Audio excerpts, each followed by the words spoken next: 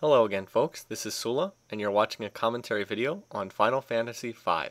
This is part 6 of my Ironcore team variant, and we'll be going through the bosses in Xtap Castle here, as we try to cover the last part of the second world. The first battle I'm going to cover is the one against Carbuncle. This is another summon spell that you can get. It's optional, you don't have to face this battle, but as I said in some of the previous videos, my goal is to get all of the summon spells. And in fact, Carbuncle will be useful later on in some other battles, so helpful to get. I tried using Flash there with Ferris, which is a spell I've used a lot in a number of different videos, but unfortunately it wasn't successful.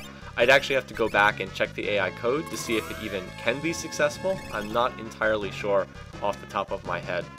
Carbuncle is a boss that I haven't fought too often. Oftentimes I skip this battle when I'm playing with solo characters.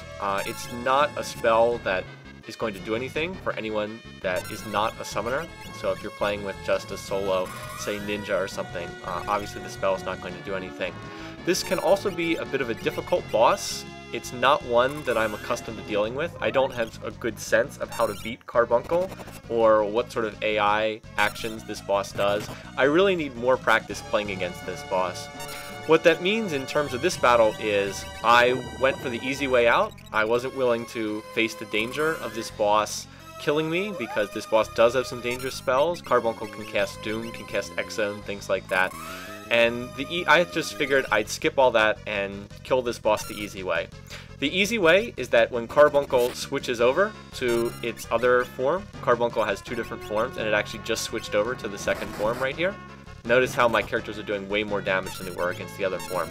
When Carbuncle switches over to its second form, it lacks a weakness against stoning, against petrification. So I have Kara summon Shote, which I picked up in the last video, and that's it.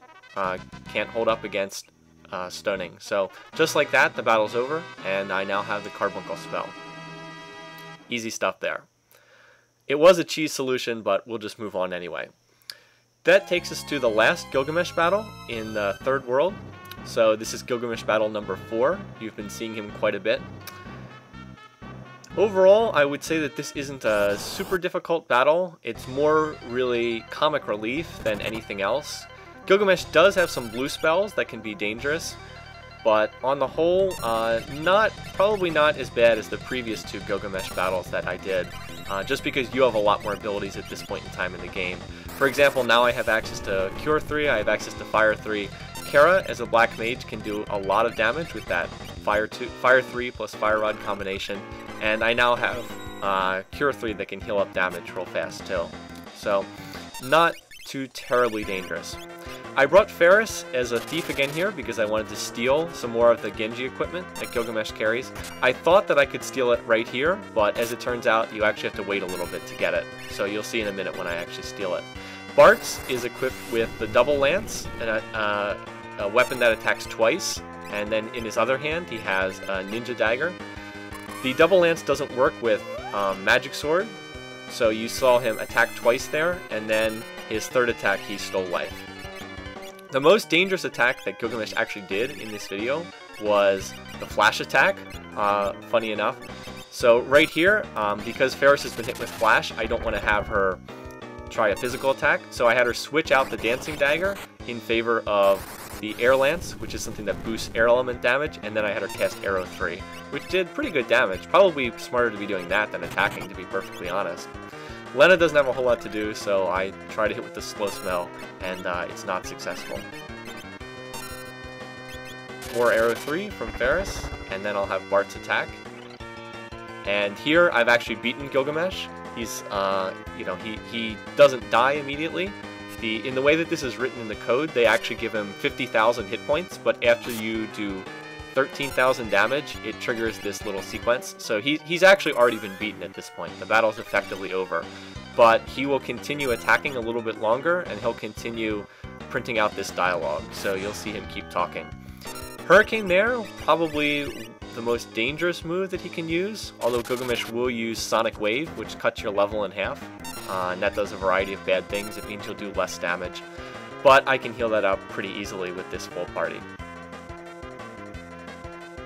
There's not much that I can really do here. I'm just parrying and waiting for the whole dialogue tree to go through. I guess I could have used a fast forward feature or something here, but for the moment we'll just sit and watch and see the dialogue play out. You can see I'm just sitting on the steal command waiting for Gilgamesh to change so that I can finally steal his Genji equipment.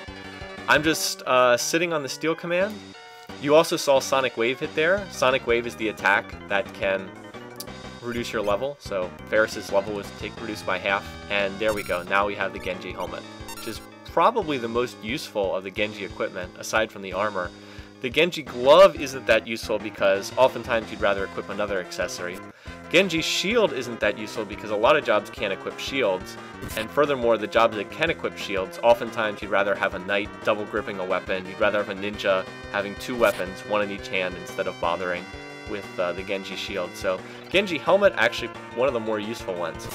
Meanwhile, in terms of what's going on here, Gilgamesh, after he changes over to his other form, the one with 8 arms or whatever, he keeps attacking with a weapon called Excalibur, but for whatever reason, it actually stinks. If you try equipping the Excalibur, which you get right after this battle, does basically no damage. In the Final Fantasy Advanced translation, they change it to Excalibur, which I think is kind of funny and is probably better, a more accurate translation. But so Gilgamesh gets exiled to the Cleft of Dimension for screwing up and being sort of a goof off, and we'll see him a little bit later on, but not for quite a while. So that's it. That's the end of the battle, and you do get the Excalibur, but as I said, it's actually like the weakest weapon in the game. Alright, that brings us to Xtap, the big guy himself, boss of the second world. This would be quite a battle. This is probably the best battle that I've played out so far, so this is going to be one that will last a long time and has quite a few twists and turns along the way, so I'll do my best to describe what's going on as we play through. Xtap normally starts with Condemn, but he actually used Fight there. When I do solo games, he usually just kills my character right away with Condemn, but it actually did not happen there. What I'm going to try to do with my 2 white magic users is cast Shell to protect them from magic damage, but Ferris can actually use level 2 Old. It's one of the few weaknesses that you can hit Xtap with. He starts out at level 66 or 68, I think, which is of course way higher than my characters who are level 30.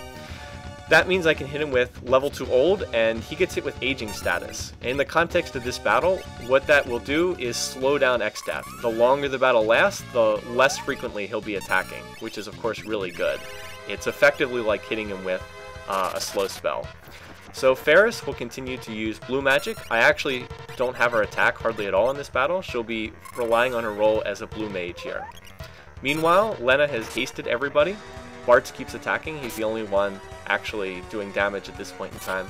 I thought it was more important to get Shell status in place instead of having Kara go on the attack with Fire 3. Was that the right decision? I'm not entirely sure. If I had to do this battle again, I might have had her go on the offensive and try to win the battle faster instead of just relying on all these buffing spells. But in any case, that was the way I decided to play it, and we'll see how it works out. Now that I've used Shell, I've gone back and am adding armor on top of that for the really strong combination of haste plus Shell plus armor. Effectively doubles the hit points of everyone.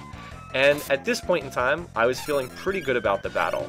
My guys are being protected. I'm doing some damage with Bartz and with Ferris. Ferris, who's switched over to Arrow 3 because it does more damage than her physical attack at this point in time.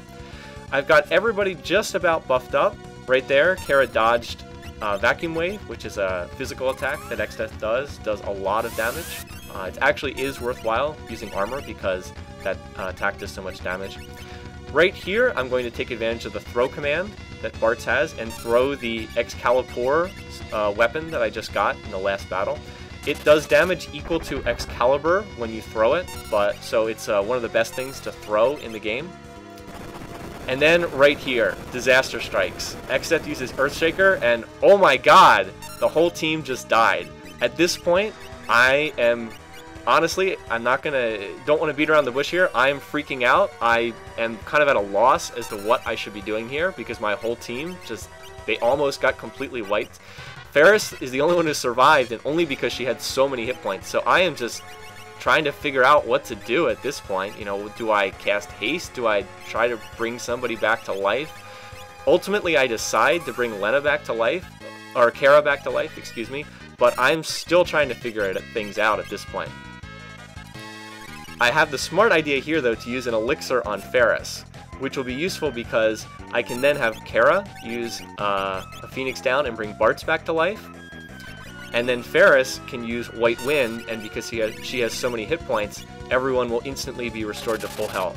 So at least right here, I'm not completely out of the fight yet. At least I have sort of a fighting chance. Now I can use Haste 2, except, oops, I picked the wrong command. And instead of casting Haste 2 on everyone, I cast Haste just on Bartz. That irritated me. I was kicking myself for being so stupid there. I was lucky there that Xtap used his Hurricane move, which would drop somebody down to like 5 hit points left, but it missed for some reason.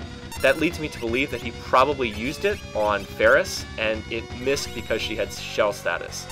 That's just my guess. I don't know exactly what happened. So now I have to go back and buff up with the Shell spell again. Everybody died. They lost all their buffs. So now I have to restore Haste. I have to restore Shell. It's back to square one again. Meanwhile, I'm further worried because there's sort of a clock that's ticking in the back of my mind. Xtap can cast level 3 Flare. It's another spell that he has in his repertoire. And it's the last thing he'll use before he changes over and starts back again with his AI routine. So he will get around to using it eventually. He hasn't gotten to it yet. And because all my characters are level 30, they'll take a huge amount of damage if they get hit by a level 3 Flare. I wasn't entirely sure that they might not just all get completely party wiped if he did that. So the safe thing to do would have been to grind out an extra level, but as I said, that would go against the rules of the variant, so I need to win before that happens. Thus, I have Bartz throw a Pinwheel, which is a ninja throwing star that does very, very high damage. I had found that in a treasure chest just before this battle. It's the first one you can pick up in the game. So I'm basically going all out here, just trying to get Xtap into his second AI routine. He has 2 of them before he can get around to using level 3 Flare. So Bartz is attacking. I'm going to have Kara switch over to the attack in a minute. I'm just doing whatever I can to make that happen. And fortunately right there, you see how Xtap does 2 attacks. He does a Vacuum Wave, followed by Bolt 3. Now he has switched over to his second AI routine. This one is less dangerous, actually. You might think he would get more dangerous as the fight goes on, but actually no, not so. He'll do a lot of physical attacks and magical attacks, but as long as I'm protected by Shell, and as long as I'm protected by armor, I'll be relatively safe, and I don't have as much to worry about. So thank goodness the most dangerous part of the battle is actually behind me here at this point. And now it's a matter of working down through the 16,000 remaining hit points that Xtap has. So I continue to buff up. I want to play things safe. Better safe than sorry. Bartz keeps attacking, Ferris keeps casting Arrow 3, and we are going through the long, slow process of wearing down the rest of his health. Needless to say, Xtap is attacking much less frequently now than at the beginning of the battle. I don't know if you picked up on that, but the aging spell that I hit him with did make just a giant difference. I have to think that if I hadn't hit him with that, it's entirely possible that he would have attacked more often and just wiped out my group when they were all on the verge of death. So thank goodness I had the foresight to slow him down and hit him with that aging spell.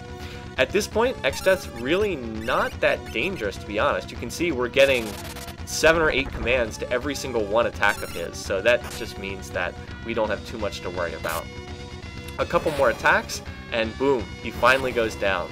So that's about as close as I've ever come to getting wiped out without actually losing the battle. And believe me, I did not want to have to go back and start the game all over again with a new C party, I guess you'd say. Anyway, thanks for watching, thanks for listening. That concludes part 6. Next up, we'll move on to the third world and see how I fare there.